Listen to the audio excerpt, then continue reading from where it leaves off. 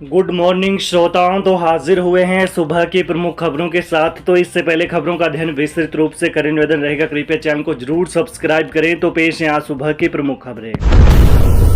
Bilaspur AIIMS 2026 से तैयार करेगा एडवांस रोबोटिक सर्जन, यहां होगी ट्रेनिंग, जाने सभी फायदे।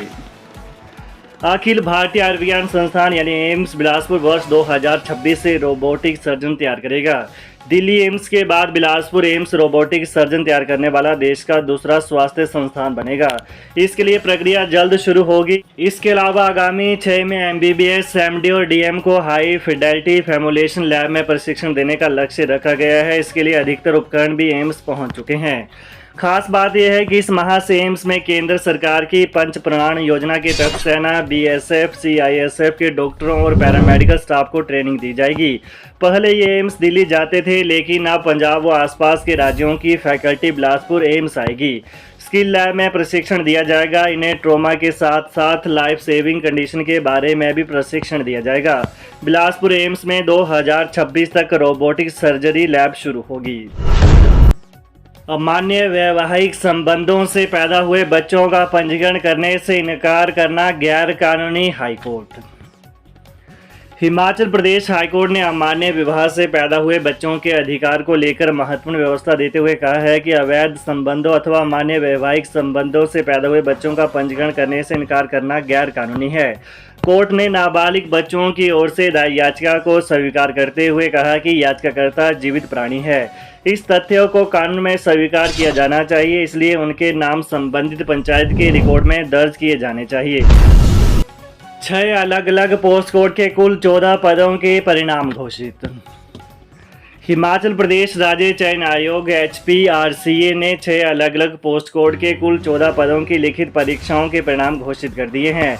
इनमें पोस्ट कोड 968 हॉस्टल सुपरिटेंडेंट एवं पीटीआई और पोस्ट कोड 987 असिस्टेंट केमिस्ट के एक पद, post code 991 workshop instructor welder के 2 पदों, post code 993 workshop instructor machinist के 4 पदों, पोस्ट कोड 1004 कनिष्ठ अभियंता आर्कियोलॉजी और पोस्ट कोड 1006 प्रिजर्वेशन असिस्टेंट के 3 पदों की लिखित परीक्षाओं के परिणाम शामिल हैं।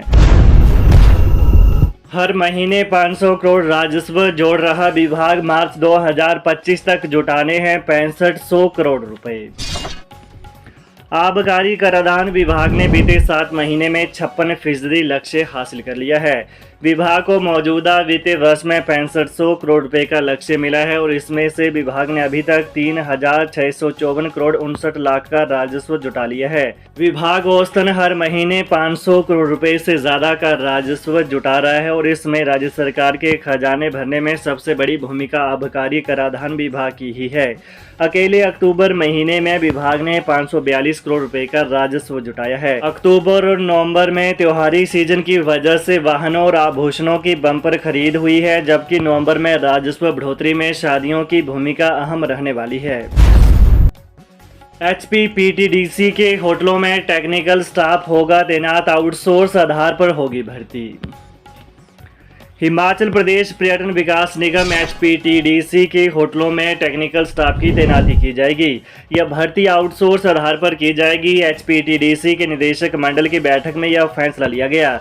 HPPTDC के चेयरमैन RS बाली की अध्यक्षता में हुई इस बैठक में HPTDC में बेहतरीन सेवाएं प्रदान करने के लिए और सेवा में सुधार लाने के लिए निदेशक मंडल की बैठक में फैसला लिया गया कि HPTDC के होटलों का जंक्शन बनाकर यहां पर जल्द टेक्निकल स्टाफ की तैनाती की जाएगी।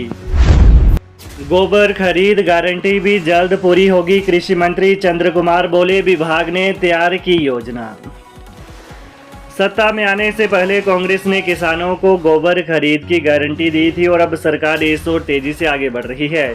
इसके लिए कृषि विभाग ने योजना तैयार कर ली है। इसके बाद जल्द ही गोबर की खरीद शुरू की जाएगी।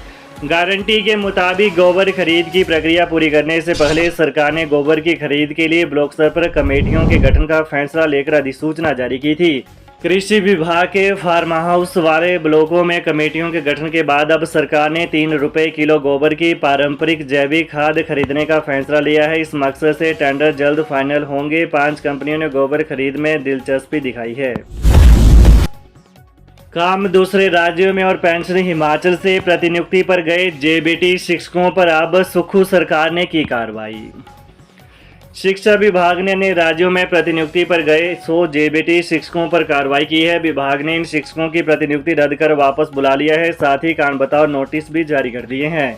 वहीं 15 दिन के भीतर इसका जवाब देना होगा। पूछा गया है कि जब इन्हें 3 वर्ष के लिए प्रतिनियुक्ति पर भेजा गया था तो क्यों नहीं लौटे, क्या इन्होंने प्रतिनियुक्ति को बढ़ाने का आवेदन विभाग के समक्ष किया था। जवाब आने के बाद इनके खिलाफ कार्रवाई की जाएगी। फिलहाल निदेशालय में रिपोर्ट देने के निर्देश दिए हैं। बागवानी विकास परियोजना के आउटसोर्स कर्मियों को राहत नहीं। विश्व बैंक की बागवानी विकास परियोजना में लगे आउटसोर्स कर्मचारियों को कोई राहत अदालत से नहीं मिली है। इस प्रोजेक्ट के तहत करीब 100 कर्मचारी आउटसोर्स के माध्यम से रखे गए थे, जो भी अपना भविष्य सुरक्षित रखने के लिए अदालत गए थे, मगर वहां से उनको कोई राहत नहीं मिली है। ऐसे में अब इनके भविष्य का क्या होगा यह कहा नहीं जा सकता, क्योंकि यह कर्मचारी आउटसोर्स आधार पर थे, लिहाजा इनके साथ टर्म एंड कंडीशन पहले से क्लियर थी। इस वजह से अदालत ने भी इनको राहत नहीं दी है। मगर बागवानी विकास परियोजना के तहत अनुबंध के आधार पर भी कर्मचारियों को रखा था, जिनमें से 168 कर्मचारी ने 68 विभिन्न मामले अदालत में दायर किए थे। हिमाचल में 6297 प्री प्राइमरी प्रशिक्षकों की भर्ती जल्द। 12वीं में 50% नंबर आए हैं तो कर सकेंगे अप्लाई। राज्य सरकार प्री प्राइमरी कक्षाओं के बच्चों को पढ़ाने के लिए 6297 प्री प्राइमरी प्रशिक्षकों की भर्ती जल्द शुरू करेगी।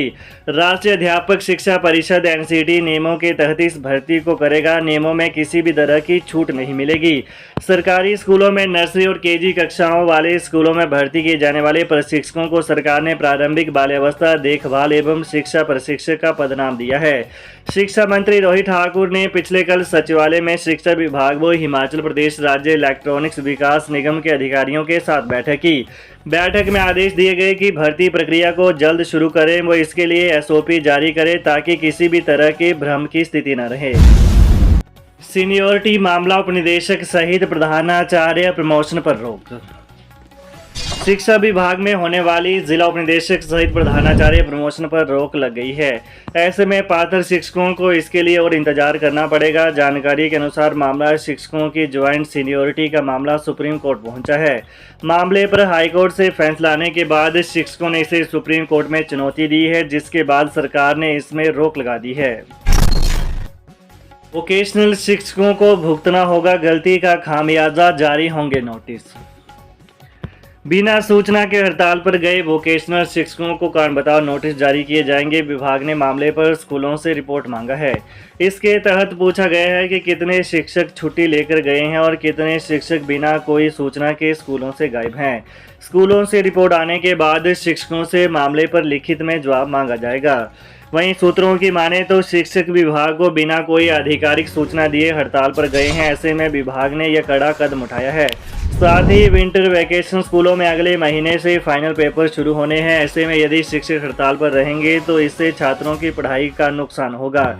इसको देखते हुए भी विभाग ने कार्रवाई की है। गौर हो कि इससे 90,000 छात्रों की पढ़ाई प्रभावित हो रही है। तो ये रही आज सुबह की प्रमुख खबरें। तो हिमाचल की ताज़ा खबरों को जानने के लिए कृपया चैनल को अभी सब्सक्राइब करें। धन्यवाद।